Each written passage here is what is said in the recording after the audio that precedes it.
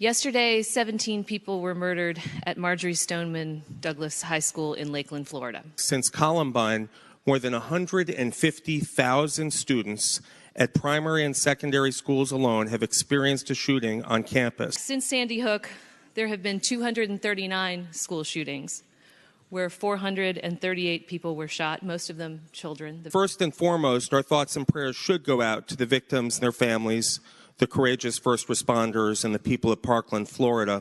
Our thoughts and prayers are far from enough.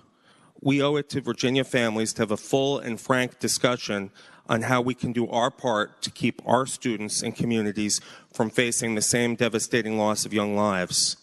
When they send their children to school, Virginia parents shouldn't have to fear that they may not come home. Now, this young man, he didn't buy his AR-15 to protect his family in his home. He didn't buy his AR-15 to go deer hunting. He bought his AR-15 so that he could massacre children. And there have been dozens of pieces of firearms safety legislation presented this session, and every session, and they died, as they always do. A couple, I think, are worthy of talking about here today. One that the senator from Alexandria patroned, and many of us joined him in co-patroning that would have banned bump stocks. And we all heard the very moving testimony of a victim of that massacre. And in response to, the senior senator from Fairfax asked the lobbyist from the Citizens Defense League, what earthly reason would somebody have to have a bump stock? And his answer was, well, it's fun.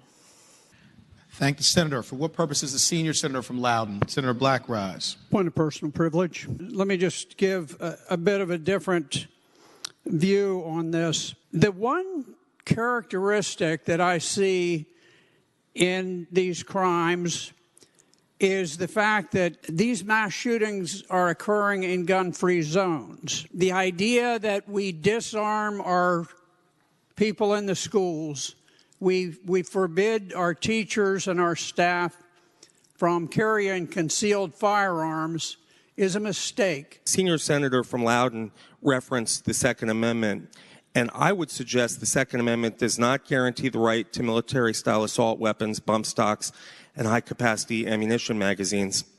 Further, we don't even buy our educators the papers and pens they need for students. Arming teachers in each and every classroom in America is not the answer. We do not need weapons of war on our streets. We do not need them in our churches, and we certainly don't want them in our schools. And we may not be able to stop all the school shootings, but shouldn't we at least try to stop some?